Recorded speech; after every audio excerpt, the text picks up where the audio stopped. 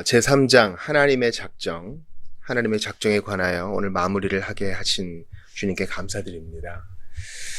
감사하게도 토요일에는 웨스트민스터 신앙고백서 보고 있는데 순서가 비슷하게 나아갑니다. 그러니까 서로 비교 대조할 수도 있고 더 풍성한 이해에 이를 수 있어서 얼마나 좋은지 모릅니다. 우리 말씀을 한 구절 볼까요? 에베소서 1장 4, 9, 11절입니다. 곧 창세전에 그리스도 안에서 우리를 택하사 우리로 사랑 안에서 그 앞에 거룩하고 흠이 없게 하시려고 그 뜻의 비밀을 우리에게 알리신 것이요 그의 기뻐하심을 따라 그리스도 안에서 때가 찬 경륜을 위하여 예정하신 것이니 모든 일을 그의 뜻의 결정대로 일하시는 이의 계획을 따라 우리가 예정을 입어 그 안에서 기업이 되었으니. 5항의 내용입니다. 생명으로 예정된 사람들은 하나님이 이 세상의 기초를 놓으시기 전에 자기의 영원하고 변함없는 목적에 따라 그리스도 안에서 선택되었습니다. 하나님은 자기의 자유로운 은혜와 사랑으로 피조물들에게 자신을 움직일 만한 어떤 원인이 될 어떤 다른 것 없이 오직 비밀의 계획과 하나님의 깊으신 뜻에 따라 영원한 영광에 이르도록 그들을 그리스도 안에서 선택하셨습니다. 자, 이제 하나님의 작정에서 조금 더 나아가 그리스도 안에서 구원받을 자들을 선택하셨다. 이 예정에 대해서 보는 것입니다. 그러니까 오늘의 아주 중요한 키포인트는요. 이른바 이제 황금사슬이라고 하는 구원의 황금사슬이라는 체인이 있어요. 하나님이 미리 아시고 미리 아신 자들을 정하시고 정한 자들을 부르시고 이렇게 볼 때 우리가 느껴지는 거, 우리가 경험할 수 있는 건요. 이른바 회심이라는 거거든요. 우리가 하나님 앞에 믿음과 회개로 반응할 때에야 비로소 우리의 구원에 대한 확신에 이제 첫 발을 내딛는 거예요. 근데 우리가 구원을 향유하게 된 건요. 내가 믿었기 때문은 아니에요. 아시스 프로울이 잘 얘기한 것처럼 뭐가 있었기 때문에 믿은 겁니다. 생명의 씨앗이 이미 주어졌기 때문에 믿은 거예요. 부르심에 응답한 거예요. 어떻게 허물과 죄로 죽은 이가 하나님 앞에 반응할 수 있어요? 무슨 일이 일어난 거예요. 그것을 오늘 신앙고백에서는 하나님의 선택이다 라고 얘기하면서 에베소서 말씀을 인용하죠. 창세전에 그리스도 안에서 우리를 택하사. 끝이에요. 이거 저의 회심 본문이거든요. 창세전에 간음이 돼요, 여러분. 창세전에. 창세전이란 말은요. 시간도 공간도 존재하기 전이란 뜻이에요. 우리는 그거를 상상도 잘 못해요. 그게 뭔지 그냥 관념적으로 이해할 뿐, 받아들일 뿐, 한 번도 경험해 본 적이 없기 때문에. 왜냐면 시간 안에 사는, 공간에 매여 있는, 그 다음에 이 고기 덩어리와 피와 뼈로 이루어진 우리 피조물, 이 제한된 삶을 사는 우리는요, 창세 전이란 것을 감히 이해 못해요. 믿음으로 수납할 뿐이지. 근데 보세요. 창세 전에 우리를 택하시는 주님은 그리스도 안에서 우리를 예정하셨어요. 이 말은 뭐예요? 구속을 위한 예정이 이미 역사가 시작되고 세상이 시작되기 전부터 하나님이 그 기초를 놓으셨다는 거예요. 이거는 사람이 받을 수 있는 말 중에 가장 놀라운 개념이에요. 어찌 그래요? 근데 이렇게 우리를 예정하신 목적이 사랑 안에서 거룩하고 흠이 없게 하시려고 우리의 거룩이 구속의 목적이에요. 그러므로 구원받은 사람이 하나님 앞에 선택된 사람이 거룩한 삶을 안 산다? 구별된 삶을 안 산다? 이건 징계의 사유예요. 어떤 구원인데요? 어떤 선택과 예정인데요? 함부로 살아요? 오늘의 적용에 아주 중요한 포인트예요. 그러니까 7항에서 얘기하잖아요. 매우 신비한 이 예정 교리는 특히 주의를 기울여 신중하게 다루어져야만 한다. 왜냐하면 우리가 다 모르니까. 너무 큰 교훈이니까요. 하나님 말씀에 계시된 하나님 뜻에 주의하고 순종하는 사람들은 자신들이 받은 유효한 소명의 확실성으로부터 영원한 선택을 받았다는 이 사실을 확신할 수 있다. 주의하는 사람이요. 또 필연적으로 하나님을 찬송하게 하고 경외하게 하고 존경하도록 하고 복음의 진심으로 순종하는 모든 사람들에게 겸손과 부지런함과 넘치는 위로를 제공한다. 이 선택과 예정은 너무 큰 교리이기 때문에 우리가 이것을 잘 공부하면 위로를 받을 수 있어요. 즉 하나님이 원하시는 구원의 목적, 사랑 안에서 거룩하고 흠이 없는 삶을 사는 거예요.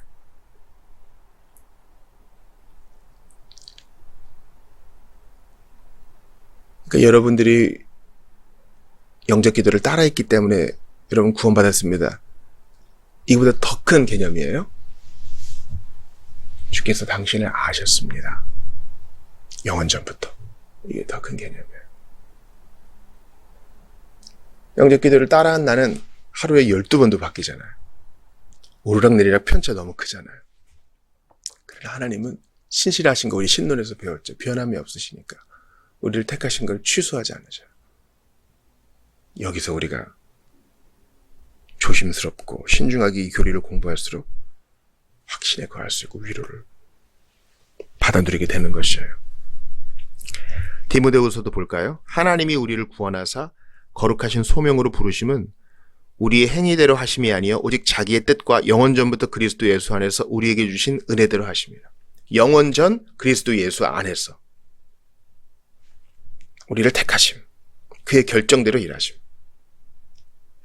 여러분, 이 그리스도 안에서라는 말씀이 너무 중요해요. 자, 영원전부터 성부성자 성령 하나님이 계셨죠. 그런데 삼위 하나님의 회의가 있어요. 그분의 경륜에 따라, 삼위 하나님의 경륜에 따라 성자의 죽음으로, 성자의 대속적 죽음으로 택자들을 구원하시기로 작정하셨어요. 그러니까 성부께서 성자에게 주신 택자들이 있단 말이에요. 거기에 내가 있어요. 놀랍지 않아요, 여러분?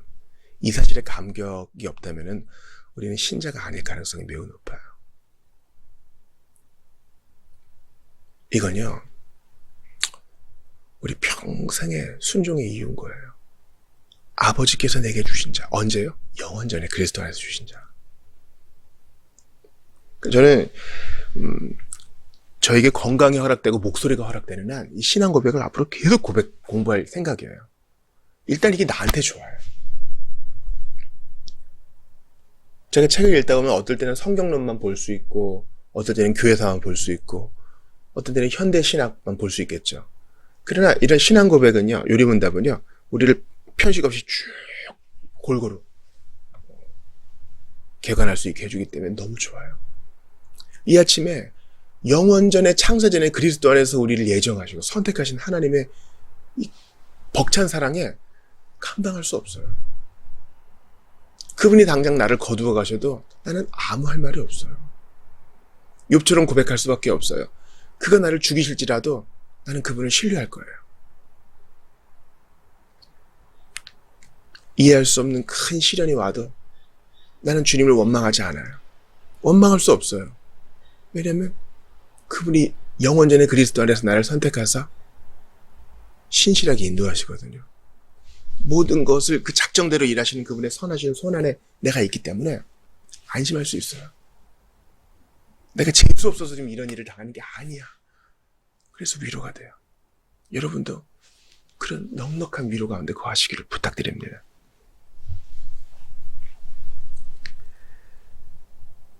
에베소 2장 5절과 12절을 봅시다. 허물로 죽은 우리를 그리스도와 함께 살리셨고 너희는 은혜로 구원을 얻은 것이라.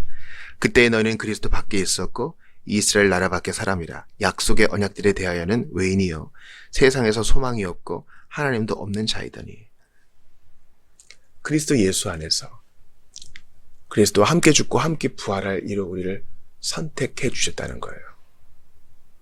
그러니까 이 선택이 그리스도를 향하고 있다는 거. 놀라운 거예요. 아주 유기적이죠. 그러니까 신론과 하나님의 작정론 그리고 기독론이 연관되어 있어요. 모든 교리는 다 유기적으로 연관되어 있어요. 예수님이 왜 이 땅에 오셨나?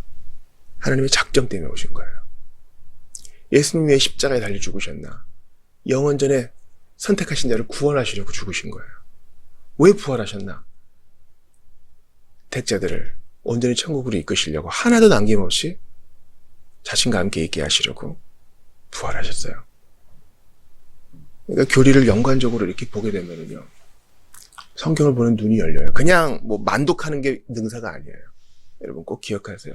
여러분이 지금 속하신 공동체에서 신앙 고백을 공부하든 요리문답을 공부하지 않든 간에 이 체계는 필요해요. 지금 우리가 지금 보는 제2차 런던 신앙 고백서는요, 침례교 신앙 고백서예요. 저는 침례교에 대해 대단히 열려있는 사람입니다. 왜냐면 이 특수 침례교회, 우리와 같은 믿음의 체계를 그대로 공유하는 사람들이 있어요. 몇몇 교회론만 빼고는요. 놀라워요. 역사를 살았던 아주 신실한 하나님의 백성들이 하나님의 작정과 선택을 받아들이고 그 안에서 위로를 받아요. 여러분, 제가 김종욱 목사가 하는 사역의 구할은 스펄전 따라하는 거예요. 응? 스펄전이 강단에서 가감없이 얘기하는 거 보여요. 이 강단에서 내가 전하는 이 교훈은 칼빈주의라는 겁니다. 겁이 없어요. 담대해. 왜냐면 그가 거기서 꿀물을 받아 먹었기 때문이에요. 그러니까 여러분이 칼빈주의라는 체계가 싫다면은요, 은혜의 교리라고 그냥 명하셔도 돼요. 은혜의 교리는 뭐예요? 영원 전부터 하나님이 당신을, 죄인을 택하사 구원하기로 작정하셨고, 때가 되어, 때가 참해 예수께서 그것을 이루셨다. 취소되지 않고 도저히 물을 수 없는, 그 누구도 끌을 수 없는 하나님의 사랑이 너를 향하고 있다. 이게 칼빈주의예요. 이 1689 신앙고백서, 제2차 런던 신앙고백서, 웨스트민스터 신앙고백서, 하이델베르크 요리문답, 벨릭 신앙고백, 돌트 신조, 앞으로 우리가 보게 될 스위스 신앙고백, 여러 가지 다 오라 그래요. 다 그게 은혜 교리예요. 그 은혜 교리는요, 우리 돌아오는 주일에 요한계시록 7장 보는데, 은혜 교리 때문에 순교자들이 기꺼이 주님께 목숨을 바치는 거예요. 아유, 이 아까운 목숨, 이렇게 피 흘리는 게 아니에요. 죽어가면서도 감사의 찬송을 드려요. 저는 요한계시록 보게 하신 하나님께 감사한데, 죽음이 우리를 어쩌지 못하기 때문에 우리는 죽음을 두려워하지 않는 거예요. 은혜의 교리는 그래요. 창세절에 나를 선택하신 주님이 여기까지 나를 한치의 우연도 없이 인도하셨으니 여기서도 주님 찬양 받으소서. 형장에서 고백하는 겁니다. 베드로전서 1장 2절 봅시다. 곧 하나님 아버지의 미리 하심을 따라 성령이 거룩하게 하심으로 순종함과 예수 그리스도의 피뿌림을 얻기 위하여 택하심을 받은 자들에게 편지하노니 은혜와 평강이 너희에게 더욱 많을지어다. 하나님 아버지 미리 하시면 이 사랑이라고 할 수 있겠어요. 우리 지난번에 예지의 종료는 아니다 했는데 여기서 예지의 종료를 말하는 게 아니라 미리 하시면 미리 선택하셨다, 미리 사랑하셨다 이런 뜻이에요. 그러므로 이 택하심의 원인은 피조물 안에는 전혀 없고요. 오직 하나님의 작정 안에만 그 원인이 있어요. 데살로니가전서 5장 90절을 봅시다. 하나님이 우리를 세우시면 노하심에 이르게 하심이 아니요 오직 우리 주 예수 그리스도를 말미암아 구원을 받게 하심이라. 예수께서 우리를 위하여 죽으사 우리로 하여금 깨어있든지 자든지 자기와 함께 살게 하려 하셨느니라. 여러분께 이제 적용에 대해서 다시 한번 강조를 드려요. 예수 그리스도로 말미암아 구원받게 하시려고 우리를 세우시고 택하셨대요. 이 결정론적으로 받아들여지면 안 된다 그랬죠. 하나님의 결정적 작정과 명령적 작정은 다른 거예요. 스펄전이 여기에 대해 잘 대답해요. 내가 택자인지 아닌지 어떻게 알 수 있어요? 열매를 알 수 있어요.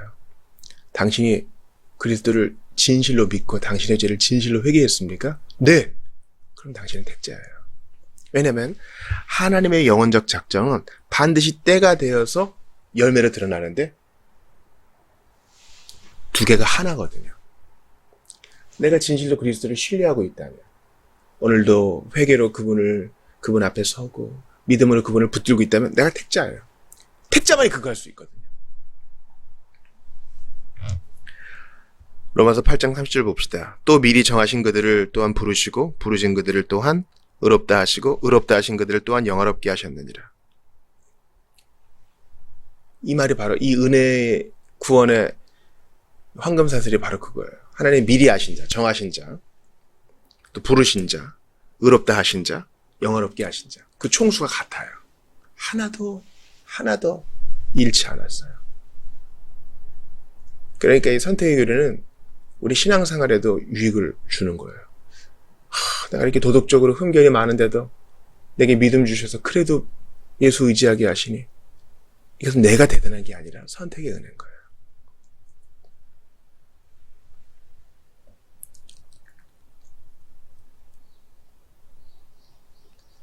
데살로니가 후서 2장 13절 봅시다. 주께서 사랑하시는 형제들아, 우리가 항상 너희에 관하여 마땅히 하나님께 감사할 것은 하나님이 처음부터 너희를 택하사 성령에 거룩하게 하신가 진리를 믿음으로 구원을 받게 하시니. 이 택함과 구원을 받는 수단이 나와 있어요. 바로 진리를 믿음으로. 택하신 주님은 수단까지 정해놓으셨어요. 6항에 나와 있죠.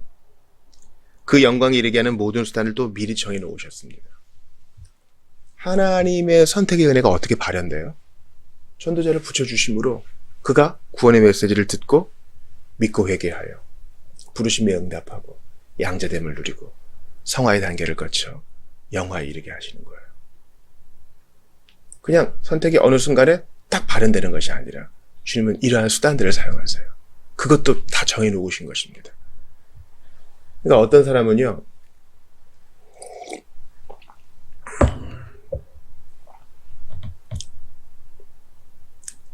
내가 다른 사람과 좀 비교할 때 좀 구원의 열매들이 나타나는 게 좀 달라서 열등감에 빠지는 경우가 있는데 괜찮아요. 각 사람에게 주신 몫이 달라요. 하나님의 선택은 반드시 때가 되면 그 효과가 발현되게 되어 있습니다. 그러므로 다른 사람과 비교하지 말고 내게 주신 그 구원의 은혜를 그때그때 향유하시면 되겠어요. 베드로전서 1장 5절 봅시다. 너희는 말세에 나타내기로 예비하신 구원을 얻기 위하여 믿음으로 말미암아 하나님의 능력으로 보호하심을 받았느니라. 하나님은 택자들에게 믿음을 주세요. 내가 왜 믿음을 가져요? 주님이 믿음 주기로 예정하셨기 때문이에요. 그러니까 어떤 사람이 믿는다, 회개한다, 부르심을 받는다. 이건 기적과 같은 일이에요. 그리고 때가 참에 하나님의 아들이 이 땅에 오신 것처럼 때가 되어서 주께서 우리에게 그 은혜를 주시는 거예요. 그러니까 우리는요, 각 사람의 때가 언제인지 모르거든요. 하나님의 택자에게 언제 믿음이 딱 생기고 하나님의 택자에게 언제 부르심에 반응하는 일이 생기는지 우리는 몰라요. 우리가 할 일은 포기하지 말고 끝까지 사랑으로 섬기며 우리의 할 일을 잘 감당하는 것입니다. 요한복음 10장 26절과 17장 9절을 봅시다. 너희가 내 양이 아니므로 믿지 아니하는도다. 어떤 사람이 복음을 듣고 왜 계속 거절해요? 택자가 아니기 때문이에요. 내 양이 아니기 때문입니다. 이게 궁극적 원인이에요. 그러므로 우리 전도의 열매가 늦게 나타나는 것 때문에, 안 나타나는 것 때문에 낙심할 게 없어요. 이게 제가 부족한 목회사역을 계속 유지할 수 있는 비결입니다. 하나님이 궁극적으로 하시는 일이기 때문에 나는 잘 수종두면 되는 거예요. 성실하게. 게으름을 합리화하라는 뜻이 아닙니다. 내가 그들을 위하여 비옵나니 내가 비옵는 것은 세상을 위함이 아니요 내게 주신 자들을 위함이니이다. 그들은 아버지의 것이로소이다. 이거 말씀드렸죠. 창세전에 아버지께서 아들에게 주신 자들의 총수가 있어요. 이 총수는 그대로 유지되고 더하거나 빼지지 않아요. 요한복음 6장 64절 보세요. 그러나 너희 중에 믿지 아니하는 자들이 있느니라 하시니 이는 예수께서 믿지 아니하는 자들이 누구며 자기를 팔자가 누구인지 처음부터 아심이러라. 주님은 아세요. 누가 택자고 누가 비택자인지 아세요. 주님만 아시는 거예요. 그건 우리의 영역이 아니에요. 우리가 할 일은요, 이제 돌아오는 주에 성찬 있잖아요. 같이 떡을 떼고 잔을 나눈 자들 중에 가룟 유다와 같은 자들이 있을지라도 실망하지 않고 끝까지 믿음의 길을 하는 겁니다. 하나님은 그래도 일하신다 믿으면서요.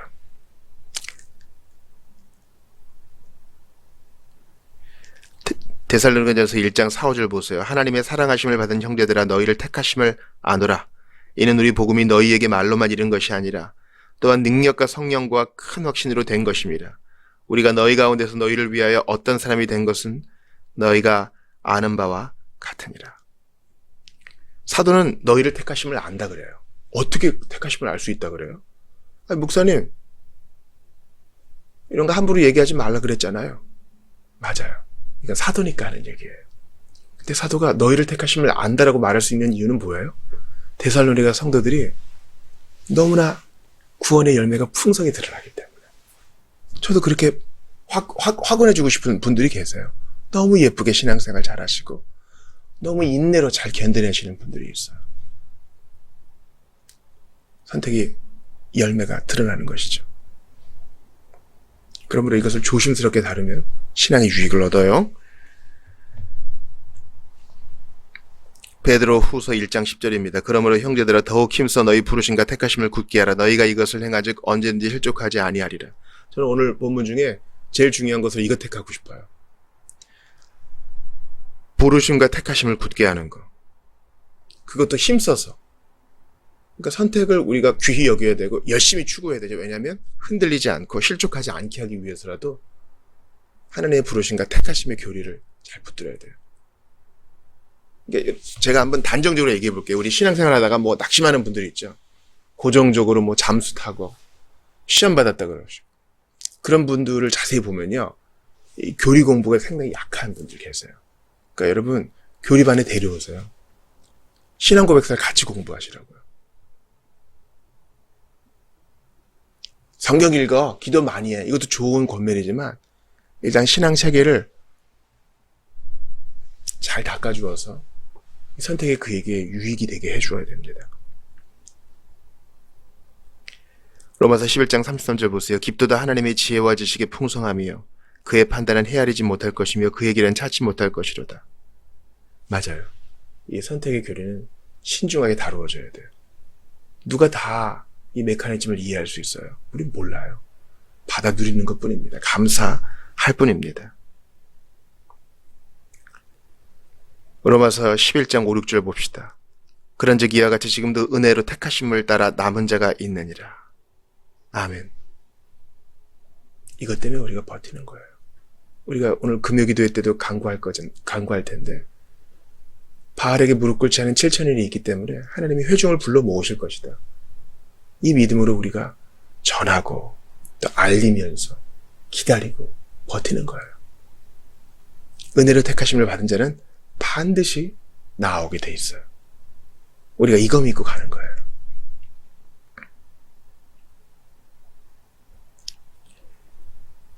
마지막으로 로마서 11장 20절과 누가복음 10장 20절 봅시다. 옳도다 그들은 믿지 아니함으로 꺾이고 너는 믿음으로 섰느니라. 높은 마음을 품지 말고 두려워하라. 너는 믿음으로 섰느니라. 내가 왜 믿고 이렇게 서 있을 수 있어요? 주님의 택하심의 은혜 때문이에요. 그러므로 넘어지는 자들 판단하지 말고 두려워하며 신중하게 이 자리에 서 있어야 됩니다. 뭐 하나님이 택하셨으니 어떻게 되겠지? 아니요. 이건 조금도 숙명론적인 요소가 없어요. 택함 받은 자는 부지런함으로 자신의 구원을 이룹니다. 누가복음에서 예수님 말씀하시잖아요. 귀신들이 너에게 항복하는 것으로 기뻐하지 말고 너희 이름이 하늘에 기록된 것으로 기뻐하라. 나 같은 것을 구원하시기를 작정하시고 생명책에 이름 적어주신 주님 앞에 그것으로 기뻐해야지 다른 것이 우리의 신앙생활을 흔들어서는 안 된다는 것입니다.